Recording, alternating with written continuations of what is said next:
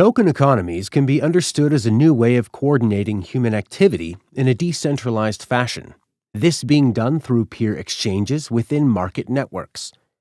As Primavera de Felipe of Harvard puts it, today the blockchain is marking the beginning of a new digital revolution, whose focus is not just human communication, but rather human interaction and cooperation.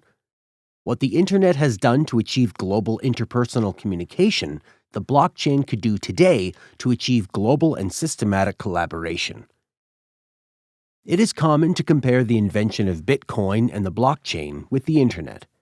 In this respect, it is often said that the blockchain is Internet 2.0. The Internet has been a powerful tool that has revolutionized the way we interact.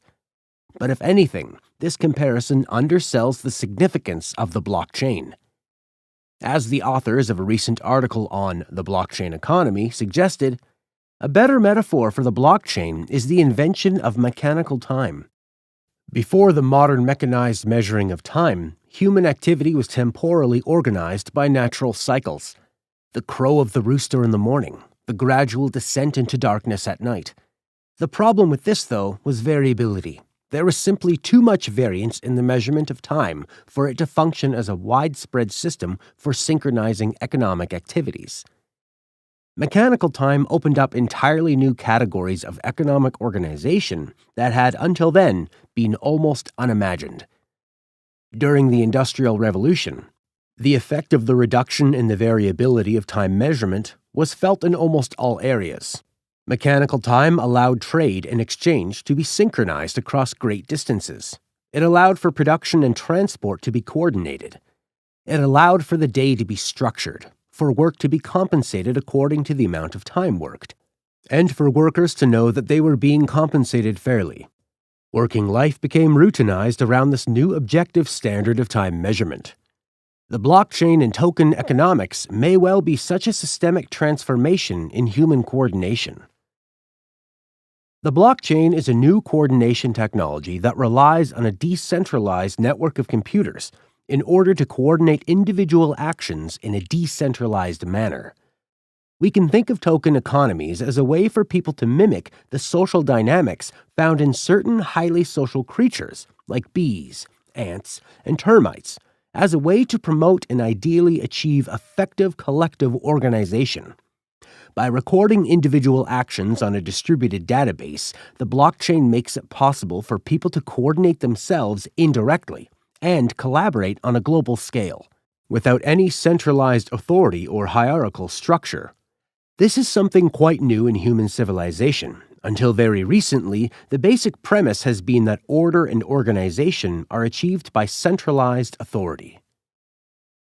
Throughout history, we have achieved widespread coordination and economic organization via centralized systems that imposed common standards.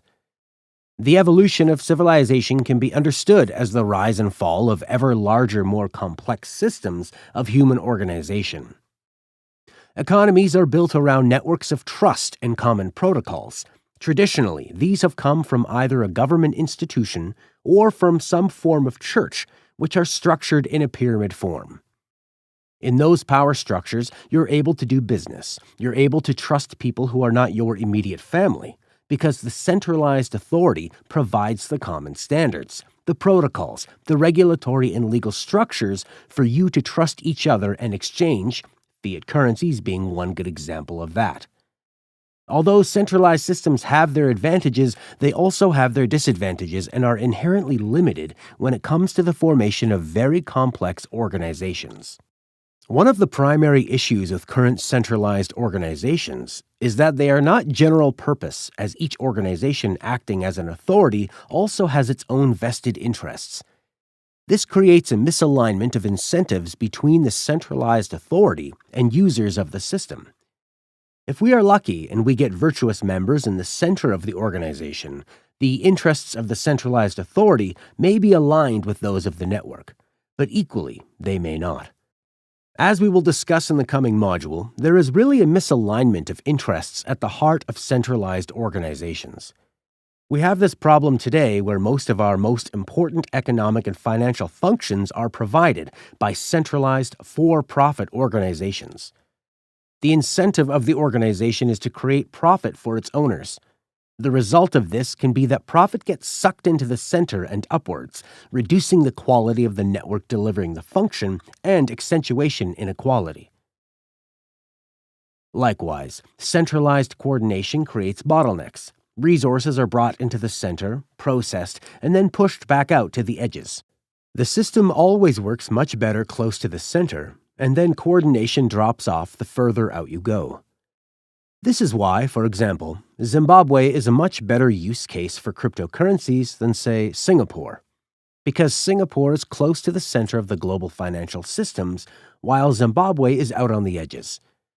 Centralized systems have problems delivering structure and functionality all the way out to the edge of the network. The result is that we end up with a trickle-down economy with the edges always being dependent upon the center, but the center not being properly incentivized to deliver services all the way to the edges. Those at the center get a good service, but those at the edges don't. The billions of people who are left out of the global financial system because they are not economically worth serving is illustration of this. Centralized systems end up forming either monopolies or a fractured overall system. Centralized systems have a specific locus as their center and then push out until they meet another organization.